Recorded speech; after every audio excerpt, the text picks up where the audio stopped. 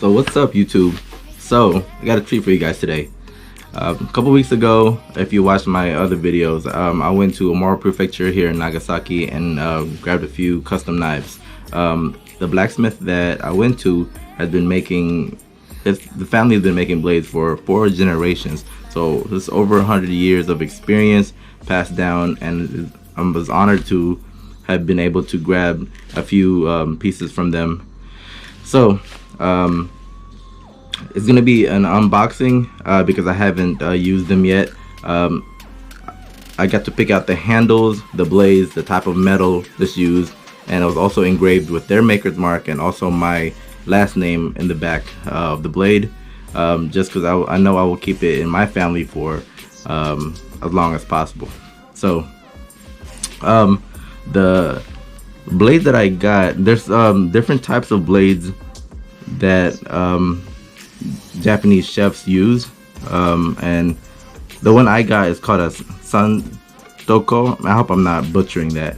And a Nakiri. The Nakiri is basically it's flat and it's used for like vegetables and quartering chicken, and the Santoko is like for meat, and it's almost like it can be used for almost anything.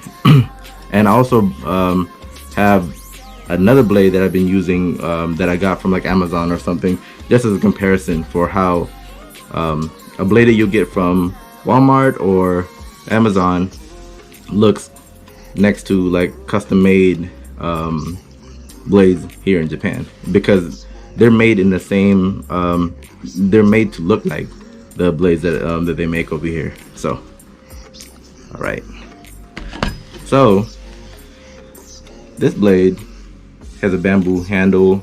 The tang goes all the way through. I got this in Amazon, I think on Amazon, for like 20 bucks.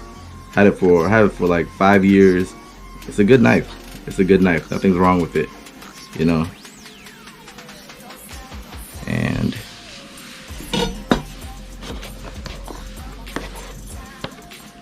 this is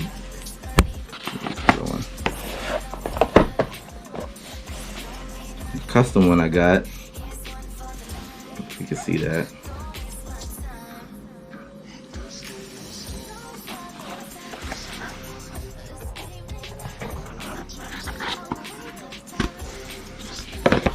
Careful with it. So the handle I chose to put on it is a red cherry. Is because it's the hardest of the options that they've had, and it's pretty much there for a lifetime.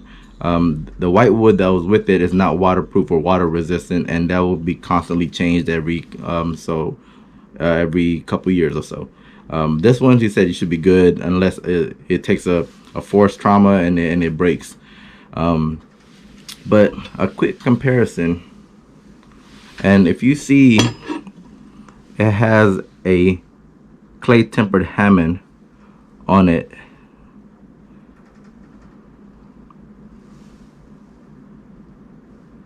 Hope you get it good. And that's my last name in kanji, I believe. And that's his maker's mark. Hopefully I can find the video of him working on these knives, and I'll put it in this video because it's very interesting, and it's I'm glad that I got to record him. I asked if I could record, and he said go ahead. So that's pretty cool. So this can be used for almost anything. It's a chef knife. You can, you know, go at it. You know, whatever you're capable of producing with this knife.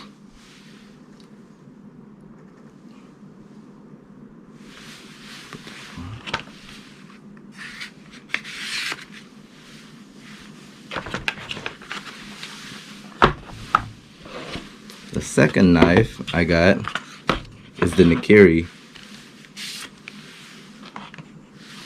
and this one's just gorgeous as well.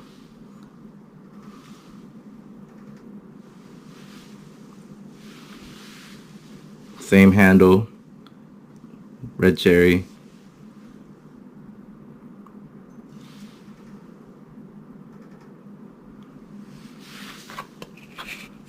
If you, not even an issue. Super sharp.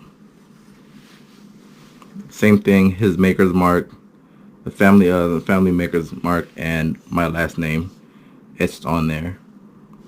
The weight is perfect. The handle is really comfortable. It feels really good on the hand, and you just feel confident when you're holding these. I understand why chefs pay so much money to get these custom made and shipped all around the world. So it's just been a phenomenal experience and opportunity to have gotten these, and they will be with me for forever. Also, while I was there, we struck up a conversation. You know, he enjoyed the time he spent with my family over there. I was just in awe of everything, and he actually gave me a really good deal. I'm not gonna say what the price was, but it was. I should have definitely paid way more, and he also gave me a free gift, a parting gift, which is this sharpening stone, I believe, like a two-sided sharpening stone. And he showed me how to use it to sharpen and hone these special blades, and it's a comfortable. This is the one I got from Amazon. I guess let's go that way. I don't know. I don't know much about. I just know how special they are. I don't know much about them. If you guys have any information, any tips, any ideas, please comment below. It'd be greatly appreciated. If you have any ideas of what else I should do.